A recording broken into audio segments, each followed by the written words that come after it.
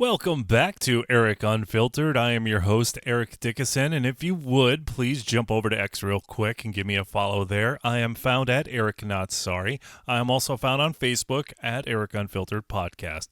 Before I get into my news stories here, I have a quick ad read, a little story, if you would, actually.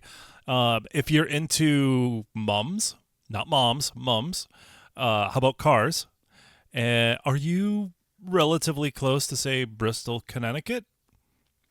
Well, on October 7th, 1962, the first Bristol MumFestival was held. It was known as the Fall Festival until a name change in 1963 and is organized by the Bristol Exchange Club in partnership with the city of Bristol. Besides the wide array of colors, sizes, and smells of the huge display of flowers comes the wide variety of cars, which are included in the car show that coincides with the Mum Festival. The car show has been going on for the better part of 30 years, but a man by the name of James Jimmy Foote made it his mission to make the car show something spectacular. Jimmy was well known for his car shows, a real local legend. Jimmy dedicated countless hours in modernizing and expanding the car show, making it a major draw with trophies, raffles, and charitable proceeds benefiting child abuse prevention. Sadly, though, Jimmy Foote passed away. However, since 2021, the event has continued in his memory, chaired by his lovely wife, Beverly Bev Foote. This year, the Bristol Mums Festival and Car Show will be held on Saturday, September 26th, from 12 noon until 4 p.m. The gates for the show open at 10 a.m. The car show will be held at 70 Memorial Boulevard in Bristol, right next to the Carnival. Any car owners coming to the show will have to enter from the South Street side of the South Street School. Pretty simple there, right? There will be vendor expos, art shows, live music, entertainment, carnivals, blues, brew garden fest, food, beverage. There's something for everyone. Bring the kids. Driver trophies will be given out at 3 p.m. along with raffle and driver drawings.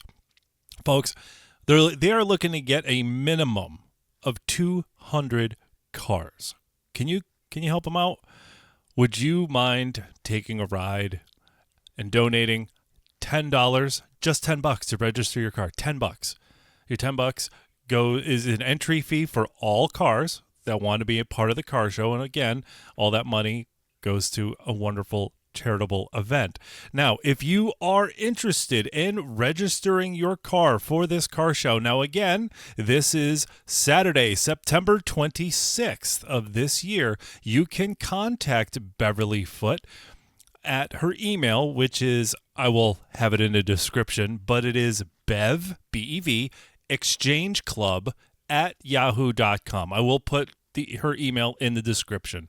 And again, there is a $10 entry fee. If anyone has any other questions regarding the festival, you can reach out to Jason Fields or Andy Adams, who are both co-chairs, via the same email. So you can get either Jason or Andy by emailing them at MumFestivalBristol@gmail.com. Again, it'll be in the description. You can also check out their Facebook page or go to the www.bristolmumfestival.com for more information.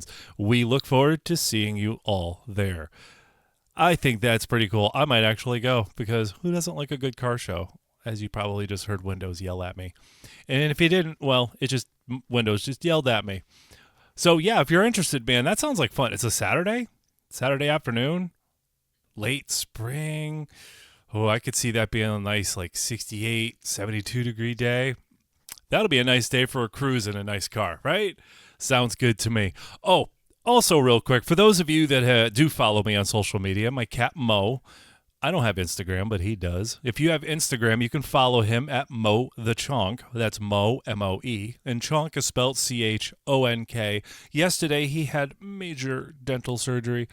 My little man legit has 2 teeth left. I'm not joking. I had to give him his pain meds earlier. really good shit. Some kind of narcotic. He's having a good time right now. I mean, probably not, but his eyes are telling me he's having a good time right now. I'll get the name for you for those vet techs out there that are curious of the narcotic that he is definitely having a fun time with. But yeah, I gave him his meds earlier, and poor little man's only got like 2 teeth left. So I feel really bad, but he's doing okay. He's doing okay. That's why there was a delay on this, because yesterday we got home. I just wanted to keep it low key, keep it chill.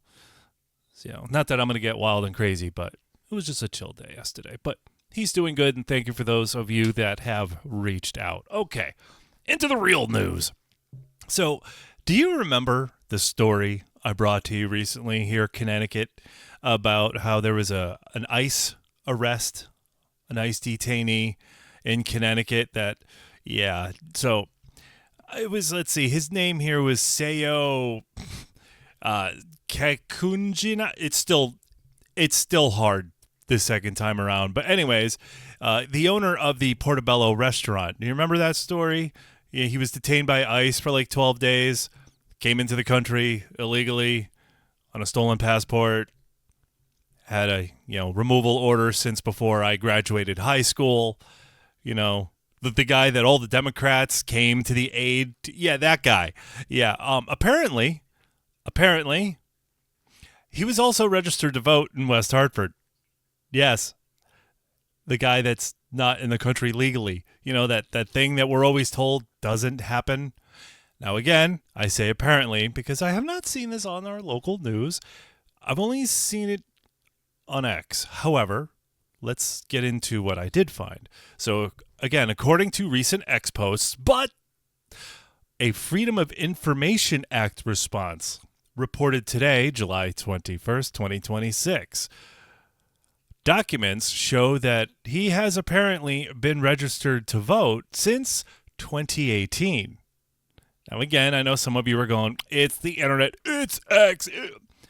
Again, that's why I'm like, However, West Hartford Republican Town Committee posted images. So if the West Hartford Republican Town Committee posted images that just so happen to be fake news or AI generated, wow, you guys are going to look stupid. But the West Hartford Republican Town Committee posted images of what they say is his voter registration card, ID 0049510022155. For those of you that are into that, it lists him as an unaffiliated active voter from 2018 to 2023. Registration occurred via a DMV request, new/DMV request received on September 27th, 2018, entered by ROUSSEAU on September 28th, 2018. The card reportedly shows he checked and claimed U.S. citizenship. Oh, goody. This wonderful, wonderful pillar of the community, as we were told, if this is true, oh, goody. He was assigned to the King Philip School polling location and could have voted in local, state, and federal elections during that period. Yes, that's right. The thing that we are all told never happens, quite possibly happened. Again. But again, it's internet stuff. So I'm kind of waiting, but I saw it and I wanted to jump on it, especially, again, if the West Hartford Republican Town Committee posts on their X page this image, then I would hope somebody there vetted it, because otherwise you're going to look really dumb. But I have a feeling that there's a reason why local news hasn't picked it up. Just saying.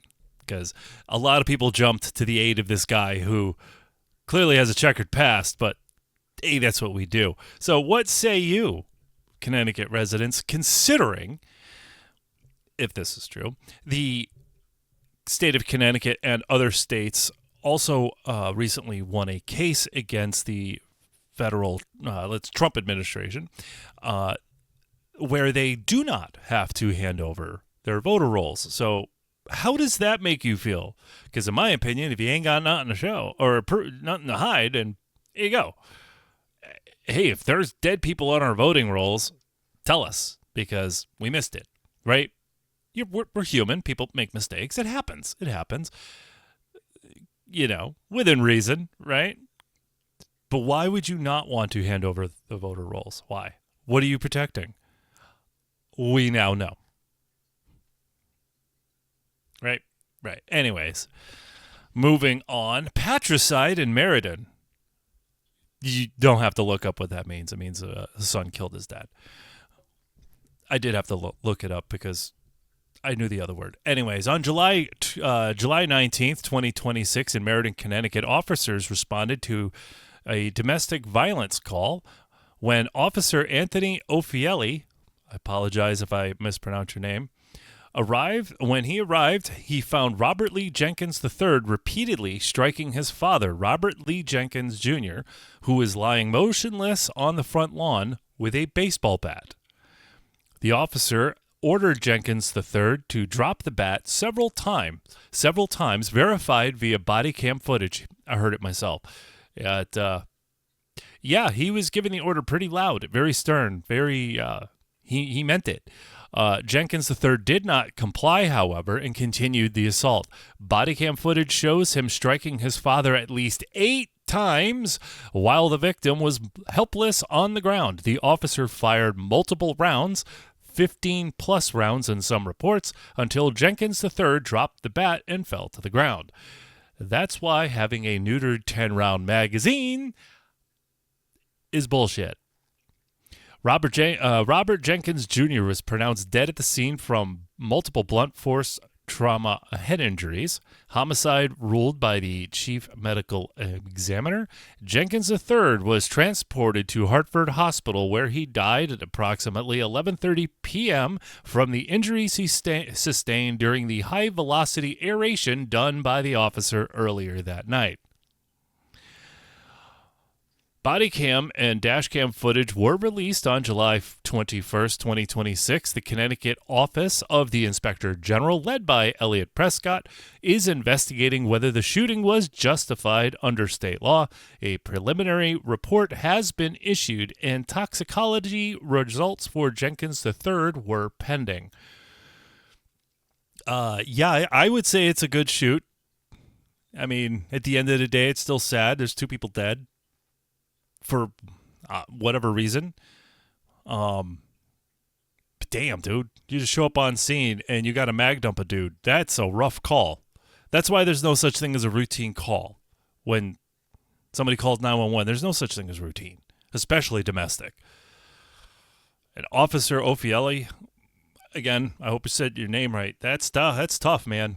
I'll give you all a quick story because I know some of you may be going, oh, yeah, of course it's a good shoot. The guy's wailing on the guy with a bat. Of course you shoot him. Well, that's easy to say. Quick story, real quick story. Years ago, I knew a guy, retired state police officer. The story he told us was there was a guy they were looking for. He killed his own kid with a sword. So law enforcement were itching for this guy, if you know what I'm saying. All right, well, long story short, they catch up to the guy, officer on scene. The guy's not complying, and the officer had to do what he had to do. Now, most of us, including me, were going, good, F that guy. He killed a kid. Who cares? Many of the officers were the same way. That guy, he retired. He couldn't do it anymore. He was like, no, I can't. No, I can't do that again. You don't know what. You don't know how it's going to affect you, right? So I don't know how many crazy situations this officer has been in. So hopefully this is the first and only crazy one for him. But in my opinion, he made the right choice. But it's also not me that's got to live with it. So 3 lives were changed that day. Unfortunately, 2 aren't here anymore. I make jokes. Obviously, I made a joke about the individual who the officer shot. It's because I don't have respect for them. But still, 2 people are dead, and crazy day. Things are going crazy in Connecticut. We're having fun. Well, let's get out of Connecticut real quick. This is a real quick blurb. It's not even political. Well, some people will make it political, but I'm not. I'm calling this one the second son. I don't even know if it's his first or not. But something historic happened in Washington, D.C. this weekend. Not sure if you're aware. Honestly, I had no idea it was about to happen.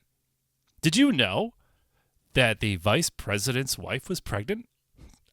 I had no idea. Apparently, she's been pregnant for like almost 9 months. I'm clueless. I had no idea. That just goes to show how checked out I am. But the historic thing was because on July 19th, 2026, Usha Vance, wife of United States Vice President J.D. Vance, gave birth to their fourth child, a son named Alec Neil Vance. Now you may say, who cares? Alec is the first child born to a sitting U.S. vice president in more than 150 years.